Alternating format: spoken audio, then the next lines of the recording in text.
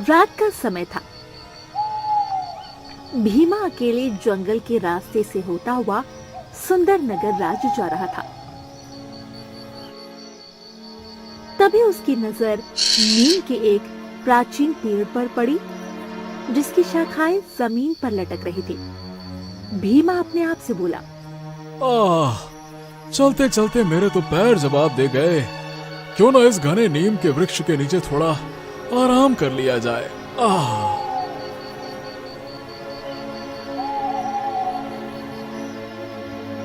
भीमा पेड़ के नीचे बैठने ही वाला था कि तभी उसके कानों में एक आवाज टकराई।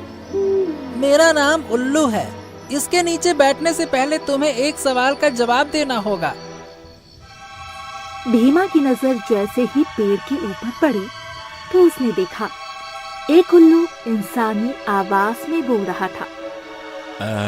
तुम तो उल्लू हो, तुम इंसानी आवाज में कैसे बात कर सकते हो? इस बात के कोई मायने नहीं है। मेरा एक सवाल है, अगर तुम उसका जवाब दे दोगे, उसके बदले में तुम्हें सोने चांदी के खजाने का पता बता दूंगा, और अगर नहीं दोगे तो तुम्हें पत्थर बना दूंगा। भीमा उल्लू की बात सुनकर डर गया। जैसे ही वो भागने को हुआ, वो अपनी जगह से हिल भी नहीं सका। अब तुम यहाँ से मेरे सवाल का जवाब दिए बगैर नहीं जा सकते। भीमा अपने माथे का पसीना पोंछते हुए बोला, ठीक है, पूछो। तो फिर सुनो, सवाल ये है कि एक तरफ तुम्हें एक हीरे से भरा हुआ जंगल दिया जाए, वहीं दूसरी तरफ तुम्हें एक दूसरा जंगल दिया जाए जो अंधेरे से भरा है। तुम बताओ, कौन सा जंगल लेना पसंद करोगे? मुझे नहीं पता था कि तुम इतना आसान सा सवाल करोगे। अरे जाहिर सी बात है कि मैं हीरों से भरा हुआ जंगल लेना पसंद करूंगा, और क्या। भीमा की बात सुनकर अचानक उल्लू की आंखों से लाल रंग की किरणें निकली और भीमा पत्थर का बन गया।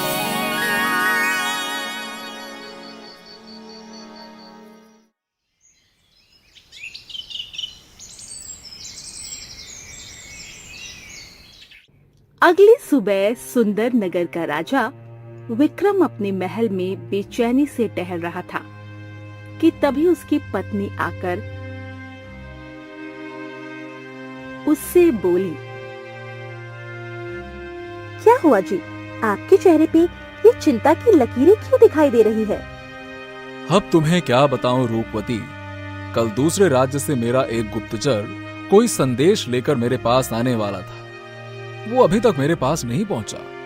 तभी राजा विक्रम का मंत्री दौड़ते हुए राजा विक्रम के पास आकर बोला, महाराज, महाराज, जिस बात का डर था वही हुआ।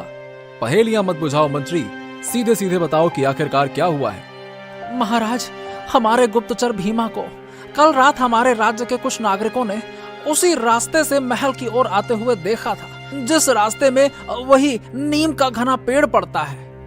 यह सुनकर राजा विक्रम के चेहरे पर चिंता की लकीर और दिखाई देने लगी।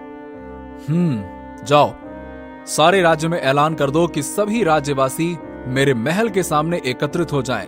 मैं एक जरूरी ऐलान करना चाहता हूं।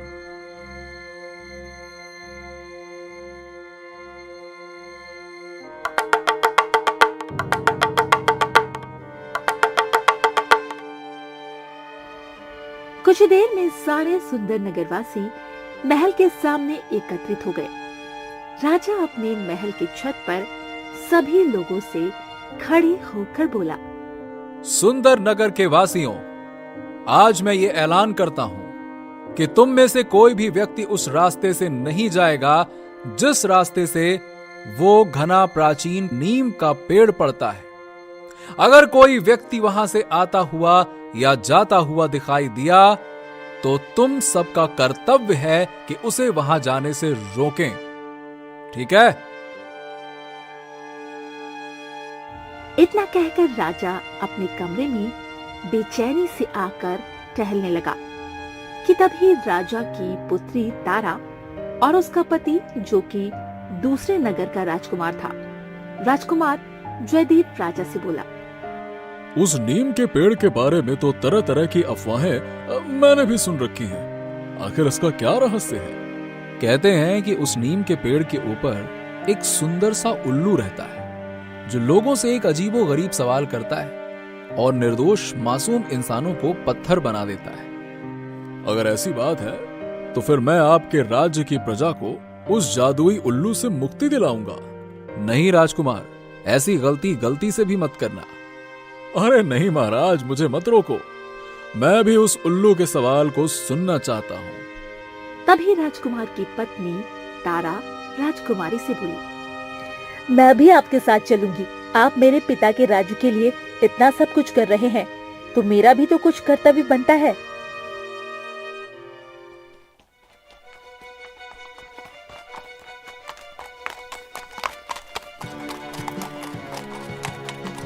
राजकुमार जयदेव अपनी पत्नी तारा को लेकर दोपहर के समय उसी प्राचीन नीम के पेड़ के पास पहुंच गया। राजकुमार ने देखा उस पेड़ के पास एक बहुत ही सुंदर सा तालाब था। तभी उस तालाब के ऊपर राजकुमार को पत्थर की मूर्तियां तैरती हुई दिखाई दी।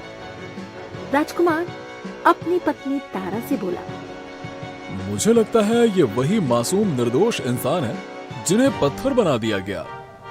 राजकुमार ने इतना बोला ही था कि तभी उसके कानों में उसी उल्लू की आवाज टकराई।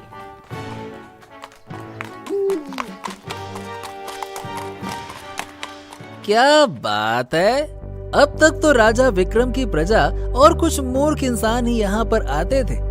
आज तो महाराज का दामाद और उनकी पुत्री स्वयं यहाँ पधारे हैं। क्या बात है। मैंने सुना है कि तुम यात्रियों से एक अजीबो गरीब सवाल करते हो और पत्थर बना देते हो उन्हें। हाँ, क्योंकि वो मेरे सवाल का जवाब नहीं दे पाते। अच्छा, पूछो, क्या सवाल पूछना चाहते हो?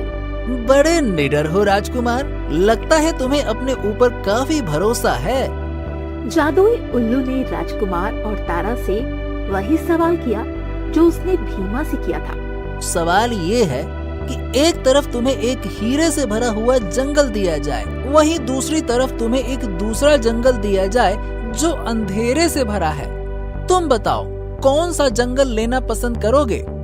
तारा आहिस्ता से अपने पति राजकुमार जयदेव से बोली, ये तो बहुत ही आसान सवाल है, इसका उत्तर तो आप आसानी से दे देंगे। जाहिर सी बात है, कोई भी इंसान अंधेरे का जंगल क्यों चुनेगा, वो तो हीरो का ही जंगल चुनेगा। नहीं तारा, कुछ तो रहस्य है। राजकुमार उस जादुई उल्लू से बोला, मैं अंधेरे से भरा हुआ जंगल चुनूंगा। राजकुमार का सवाल जवाब सुनकर उल्लू बुरी तरह से चौंक पड़ा। तुम पहले इंसान हो जिसने सही उत्तर दिया, लेकिन शायद तुम नहीं जानते, तुम्हें इस उत्तर के बदले में उस अंधेरे से भरे जंगल में जाना होगा और साथ ही साथ तुम्हारी पत्नी को भी। मैं तुम्हारी बात का मतलब नहीं समझा। मैं भी जानना चाहता हूँ कि उस अंधेरे से भरे जंगल में आखिर ऐसा क्या है। अचानक उस नीम के पेड़ पर एक रास्ता बन गया। राजकुमार जयदेव समझ गया कि अंधेरे जंगल में जाने का रास्ता यही है। राजकुमार जयदेव अपनी पत्नी का हाथ पकड़कर सीधे उस रास्ते के अंदर चला गया। कुछ ही पलों में राजकुमार जयदेव और उसकी पत्नी ने स्वयं को एक बड़े ही भयानक जंगल में पाया, जहाँ के वृक्ष किसी राक्षस की भांति मालूम पड़ रहे थे। ये कैसा जंगल है जयदेव? यहाँ तो अंधेरे के अलावा कुछ भी नहीं है। क्या यहाँ पर सूरज नहीं निकलता? तभी राजकुमार जयदेव और तारा के कानों में बहुत से लोगों की चिल्लाने की आवाजें टकराई। तारा, इस जंगल में हमारे अलावा भी और भी इंसान मालूम पड़ते हैं। हमें तुरंत वहां जाकर देखना चाहिए। लगता है उन्हें मदद की आवश्यकता है। राजकुमार जयदेव तारा को लेकर आवाजों की दिशा की ओर चलने लगा।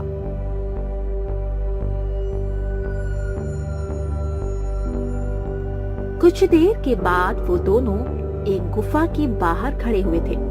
उस गुफा के अंदर जाने वाले द्वार में बड़ी बड़ी मोटी सलाखें लगी हुई थी। उन सलाखों के अंदर गुफा में बहुत से लोग बंद थे। तभी उनमें बंद भीमा राजकुमार जयदेव की ओर देखकर चिल्लाया। ओह, आप तो राजकुमार जयदेव हैं, महाराज विक्रम के दामाद। मेरी मदद कीजिए, मुझे यहाँ से निकालिए। मैं भीमा हूँ, मुझे निकालिए। तुम तो भीमा हो जिनका महाराज आज इंतजार कर रहे थे। तुम यहाँ कैसे आए? उस जादुई उल्लू ने मुझसे सवाल पूछा और मैंने उसका उत्तर दिया। अचानक मैंने स्वयं को इस गुफा के अंदर पाया, जहाँ मेरी ही तरह और भी बहुत से इंसान बंद हैं। राजकुमार जयदेव ने अपनी तलवार से जैसे ही उन सलाखों को तोड़ने की कोशिश की, अचानक ही उनमें से बिजलियां निकलने लगी और राजकुमार जयदेव पीछे की ओर गिर गया। आप ठीक तो हैं? अचानक वो गुफा गायब हो गई और साथ ही साथ आवाजें भी। राजकुमार जयदेव और तारा ने अपने आप को एक सुंदर तालाब के किनारे पाया। तालाब के किनारे एक बूढ़ी औरत गुमसुम उदास बैठी हुई थी। उन दोनों को देखकर वो बूढ़ी औरत उदासी से बोली, लगता है तुमने उन सलाखों को तोड़ने की कोशिश की थी। तुम्हें कैसे पता? उन सलाखों को जो भी तोड़ने की कोशिश करता है वो यहीं पहुंच जाता है। आखिर इन सब का क्या रहस्य है? कहते हैं ये अंधेरे से भरा जंगल किसी समय बहुत ही सुंदर जंगल हुआ करता था। उस समय यहाँ पर एक जंगल की रानी वास करती थी, मगर एक दिन एक तांत्रिक बुरे इरादों से इस जंगल में आया। उसके जंगल में आते ही सब कुछ खत्म हो गया। तुम्हें अगर बाहर निकलना है और उन सबको आजाद करवाना है तो तुम्हें उस तांत्रिक को खत्म करना होगा। तो मुझे बताओ, वो तांत्रिक कहाँ मिलेगा? यहाँ से कुछ दूर एक बहुत ही पुराना खंडहर है। कहते हैं उसने अपनी पापों की नगरी वहीं पर बसा कर रखी है। मैं उसे खत्म कर दूंगा।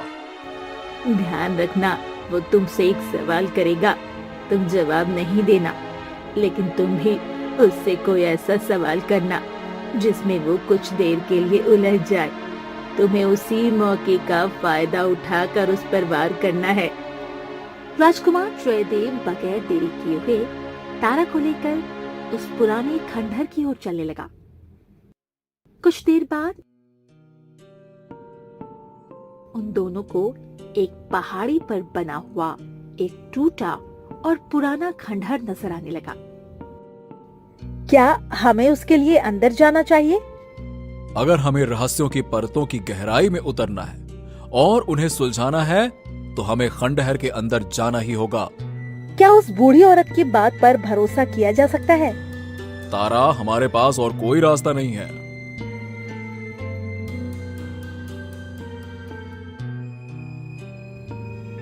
कुछ देर में वो दोनों उस टूटे हुए खंडहर के मुख्य द्वार पर खड़े थे। राजकुमार जयदेव और तारा ने जैसे ही उस द्वार के अंदर प्रवेश किया, अचानक दोनों ने स्वयं को एक काल कोठरी के अंदर खड़ा हुआ पाया। उस काल कोठरी के अंदर एक व्यक्ति काले कपड़े पहने हुए बैठा हुआ था। लगता है तुम वही तांत्रिक हो। तांत्रिक हंसता हुआ बोला, काफी समझदार हो राजकुमार। क्या तुम मुझे जानते हो? तांत्रिक सब जानता है। राजकुमार जयदेव तांत्रिक को ललकारते हुए बोला, मैं तुम्हें इसी समय युद्ध के लिए ललकारता हूँ। लेकिन पहले मेरे एक सवाल का जवाब तो दो। अगर तुमने उस सवाल का उत्तर दे दिया तो गुफा के अंदर सारे बंद इंसानों को मैं छोड़ दूंगा और इस अंधेरे जंगल में सूरज भी निकल आएगा। बोलो, कैसा सवाल? बताओ, इस आकाश में कितने तारे हैं? तांत्रिक का सवाल सुनकर राजकुमार जयदेव बुरी तरह से चौंक पड़ा और तांत्रिक की ओर बहुत गौर से देखने लगा। अचानक तांत्रिक बहुत जोर से हंसता हुआ उठकर खड़ा हो गया। तभी राजकुमार की पत्नी वहाँ से गायब हो गई। मेरी पत्नी कहाँ है? वहीं उसी गुफा के अंदर तुम्हारी पत्नी भी आम कैदियों की तरह ही बंद हो गई। राजकुमार जयदेव, ये तुम्हारा राज्य नहीं है, ये मेरा राज्य है और यहाँ पर मेरा आदेश चलता है। अरे तुम तो सवाल का जवाब दो। तांत्रिक ने इतना कहा ही था कि तभी राजकुमार जयदेव ने स्वयं को खंडहर की छत पर मौजूद पाया, जहां तांत्रिक उसे मुस्कुराते हुए देख रहा था। तुम्हें क्या लगता है कि तांत्रिक को हरा पाना इतना आसान होगा? क्या तुमने देखा नहीं, तुम्हारी पत्नी को बैठे बैठे मैंने गायब कर दिया और तुम्हारे पलक झपकने से पहले ही मैं तुम्हें इस खंडहर की छत पर ले आया। जानते हो मैं तुम्हें यहाँ पर क्यों लाया हूँ? तुम्हें यहाँ से धक्का देकर तुम्हारे प्राण लेने के लिए, समझे? तभी राजकुमार जयदेव मुस्कुराते हुए उस तांत्रिक से बोला, तुम दूसरों से सवाल करते हो ना, क्या मेरे एक सवाल का उत्तर दे सकते हो? बोलो। राजकुमार जयदेव की बात सुनकर तांत्रिक बुरी तरह से चौंक पड़ा। मेरे सिर्फ इतना ही कहने से तुम चौंक पड़े? तुम तो बड़े तांत्रिक हो ना, तो बताओ क्या तुम मेरे सवाल का उत्तर दे सकते हो? अगर नहीं दे सकते तो फिर इस जंगल को छोड़कर हमेशा के लिए चले जाओ। बोलो। तांत्रिक बुरी तरह से आवेश में आ गया और बोला, अच्छा, तांत्रिक सब जानता है। पूछो, क्या पूछना चाहते हो? पूछो। तुमने कुछ देर पहले मुझसे सवाल पूछा था कि आकाश में कितने तारे। मैं तुमसे सवाल पूछता हूँ कि मेरे सर पर कितने बाल हैं, बताओ। तांत्रिक जयदेव के बालों को बहुत ही गौर से देखने लगा। उसके देखने के अंदाज से ऐसा लग रहा था मानो कि वो जयदेव के बालों को गिनने का प्रयास कर रहा हो और बहुत ही जल्द उसमें सफल भी होने वाला हो। अचानक राजकुमार जयदेव ने अपनी तलवार निकालकर उस तांत्रिक के ऊपर वार कर दिया। वार करते ही वो तांत्रिक एक काले रंग की चील में परिवर्तित होकर मृत होकर गिर पड़ा। तभी राजकुमार जयदेव ने देखा उस खंडहर के ऊपर आकाश में सूरज उगाया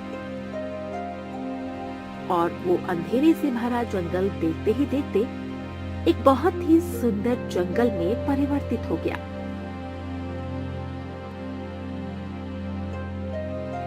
अगले ही पल राजकुमार जयदेव ने स्वयं को उसी नीम के पेड़ के पास खड़ा हुआ पाया, जहां पर तारा और वो सारे लोग मौजूद थे जो कि उस गुफा के अंदर बंद थे। कुछ ही देर में वो उल्लू उड़ते हुए राजकुमार के पास आकर खड़ा हो गया और वो एक सुंदर स्त्री में परिवर्तित हो गया। तुम्हारा बहुत बहुत धन्यवाद राजकुमार। मुझे विश्वास था कि तुम उस अंधेरे जंगल को पार करके उस तांत्रिक तक जरूर पहुंचोगे। एक बात समझ में नहीं आई कि यहाँ पर एक तालाब बहता था, वो कहाँ गया? और वहीं दूसरी बात, तुम तो इंसानों को पत्थर बना देती थी, फिर वो सब उस अंधेरे जंगल में बंदी कैसे बन जाते थे? यहाँ के लिए वो लोग पत्थर के बन जाते थे, लेकिन उनकी आत्मा उस अंधेरे जंगल की गुफा में कैद कर दी जाती थी। तुम्हें जो उस सुंदर तालाब के पास बूढ़ी औरत मिली थी, वो औरत मेरी माँ थी। राजकुमार जयदेव उसकी बात सुनकर पूरी तरह से चौंक पड़ा। बरसों पहले उस तांत्रिक ने मुझे अपने सवालों में उलझाकर मुझे उल्लू बना दिया और मेरे जंगल पर कब्जा कर लिया। तब से मैं हर यात्री से यही पूछती थी। मैं जानती थी मेरे प्रश्न का विपरीत उत्तर वही दे सकता है जिसके दिल में इंसानियत होगी, और वो तुम थे। इतना बोल के वो सुंदर स्त्री गायब हो गई और सुंदर नगर में सब सही हो गया।